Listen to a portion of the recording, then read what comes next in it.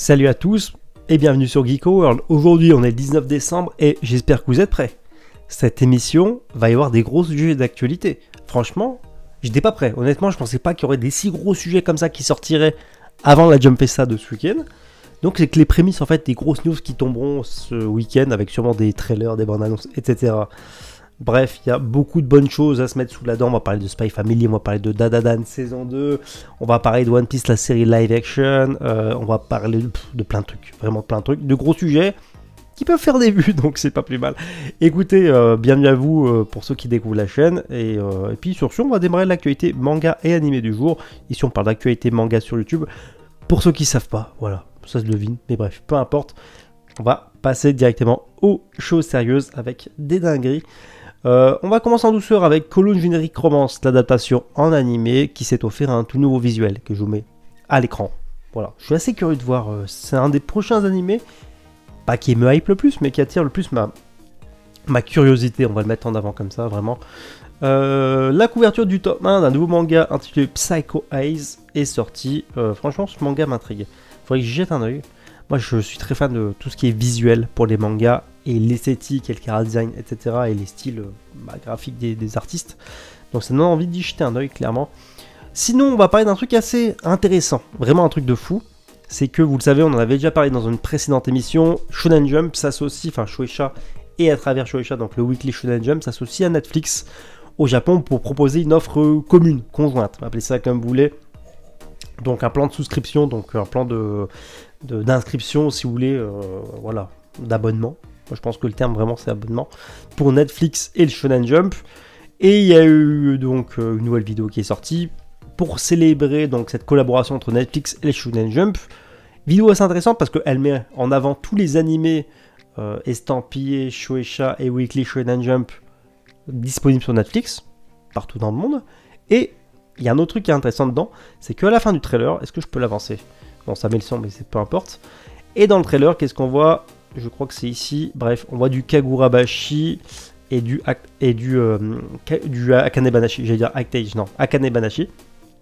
Bien que Akane Banashi dépend comment avec Act Age, qui sont pas encore sortis en animé. Donc pour moi, clairement, c'est un teaser d'une prochaine sortie éventuellement, ou une annonce dans les prochains mois, peut-être prochaines années, on verra, en 2025. D'un animé pour Akane Banashi. Kagurabashi, on sait, hein, ça fait longtemps que la rumeur traîne. Donc là, il n'y a pas de doute là-dessus. Mais Akane Banashi, c'est un peu plus une surprise, j'ai envie de dire. Bref, ça laisse clairement sous-entendre qu'on aura un animé pour ces deux projets sous peu. Voilà, d'ici les 2 prochaines années, j'ai envie de dire. Shinobi Undercover s'est offert une couverture pour son premier tome. Witchwatch, tome 20, a une couverture également, donc le visuel est sorti. On va s'attarder sur le Weekly Shonen Jump. Hop, attendez, je mets en charge l'ordinateur pour pas qu'il tombe en rade. Et on va parler du classement double numéro du Weekly Shonen Jump. Le 4 et 5, double numéro ne veut pas dire double ration de chapitre. C'est tout simplement dire que c'est une double numérotation. Voilà, c'est un chapitre, c'est un numéro qui va combler 2 semaines d'affilée. Parce qu'il y a les fêtes, tout ça. Et donc après on se retrouve directement début janvier, un peu prochain numéro, si je dis pas de bêtises, qui sera également un double numéro. Bref. Alors au classement cette semaine, dans le fin de classement, on a News Exorcist, classé à la 15e position. Kill Blue, toujours en mauvaise posture cette semaine, avec une tendance vraiment à la baisse tout le temps dans le classement. 14e place. Astro Royal, toujours aussi en difficulté. Les deux vont un peu de pair, hein. Kill Blue et Astro Royal ont vraiment des tendances similaires. Astro Royal, encore une fois, à surveiller.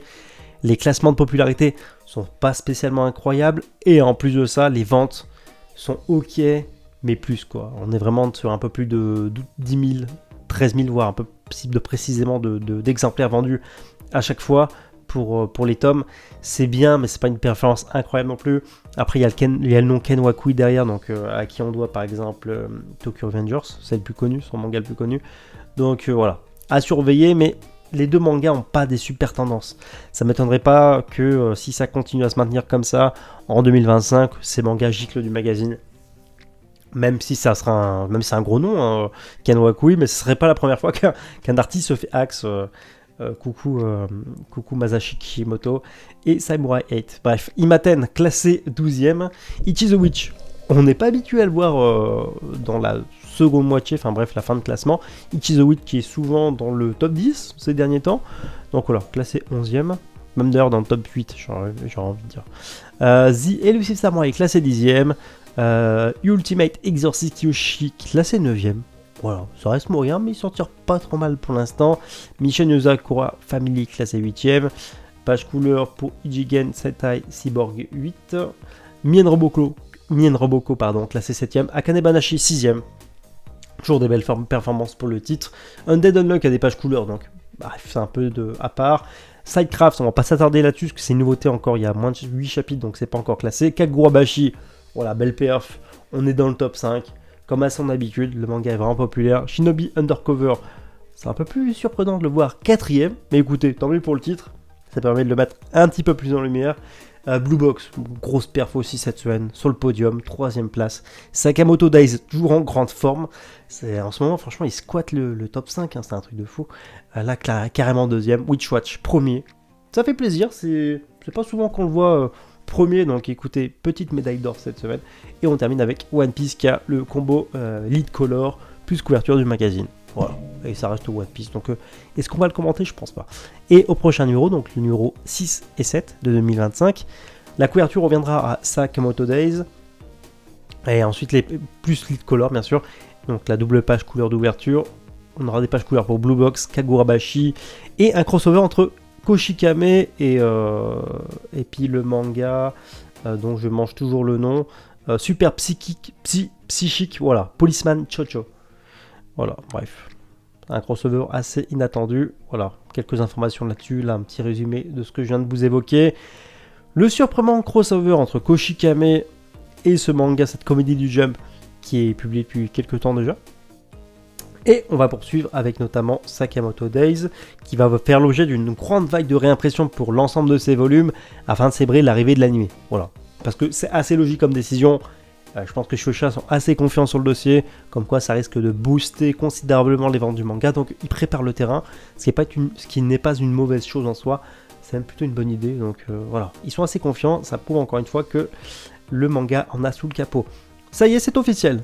Voilà, on en avait déjà parlé, où je vous avais évoqué les rumeurs très intéressantes et de sources fiables.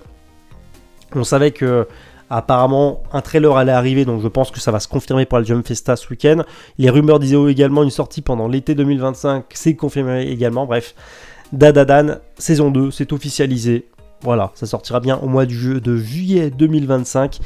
Il y a également un nouveau poster qui est sorti entre-temps, que je vous mets là. Le poster est fou, parce qu'en plus, cet arc-là, pour ceux, je vous en dis pas plus, hein, parce que j'ai peur de spoiler, j'ai pas suivi l'animé là depuis quelques semaines. Mais l'arc, il est fou. Avec Enjoji là, et puis tout ce qui va être mis en place, c'est vraiment une dinguerie. Et puis après, il y aura également l'entraînement d'Okarun, tout ça. Enfin bref, il y aura des choses assez dingues. Voilà, j'en dis pas plus. Vous allez kiffer.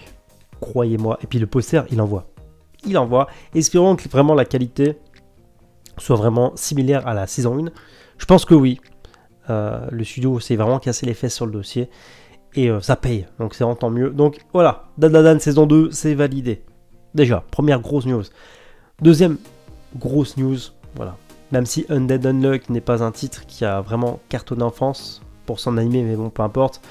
Le premier épisode sera un épisode de 1 heure. Voilà. Quand ils disent 1 heure, c'est pas vraiment 1 heure, hein, parce que c'est 1 heure au Japon, avec la diffusion, la publicité, etc., la coupure pub. Mais en vrai, sinon, en France, ça sera sûrement 40-45 minutes d'épisode, 42 minutes, un truc comme ça. Mais ce qui est intéressant, c'est que le premier épisode de la saison 2 sera en fait un épisode totalement original, écrit par le mangaka, qui va se concentrer sur un truc totalement inédit avec un Numa qu'on n'avait jamais vu. Bref, c'est fou, c'est cool pour les fans de Undead Unluck, même si on n'est pas nombreux dans la salle, j'ai envie de dire. My Hero Academia, la dernière saison, sortira pendant l'automne 2025. Voilà. C'est pas étonnant non plus, parce qu'on sait que souvent ça arrive de mémoire, c'est quasi tout le temps arrivé au mois d'octobre. Si je dis pas de bêtises, My Hero Academia et leur nouvelle saison. Donc voilà, c'est très cool. Bref, on est fixé. L'année prochaine se conclura l'anime My Hero Academia. Le manga vient de se conclure définitivement avec son dernier tome au Japon qui est sorti la semaine dernière. Witchwatch va avoir le droit à un animé. Donc l'anime sera diffusé en 2 cours consécutifs. Donc 2 parties différentes qui sont publiées, pas vraiment publiées, mais diffusées d'affilée.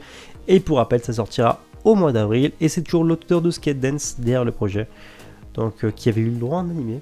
aussi, je dis bah oui, il y a eu un animé pour Skate Dance. L'animé Blue Box, lui aussi va recevoir 2 cours consécutifs et pour donc 2 parties, et pour sa nouvelle partie, il va bénéficier d'un nouvel opening et ending. Donc c'est une chose très cool aussi pour ceux qui sont fans de petites nouveautés comme ça quand on regarde les animés. On va reparler de grosses news. Voilà, comme je vous disais, on a vraiment du lourd dans cette émission. Spy Family, saison 3. Là aussi c'est officiel et en plus on a une date de diffusion, octobre 2025. Donc déjà, le planning commence à être hyper intéressant avec déjà le final de My Hero Academia, la dernière saison, Spy Family saison 3. Rien que ça, on est quasi avec une année d'avance par rapport à l'annonce du projet, mais ouais, c'est vraiment cool. Donc la série reprendra. Après, je pense qu'on va rapidement, on va dire, et méchamment rattraper la publication du manga qui est assez lente. Donc voilà, bref.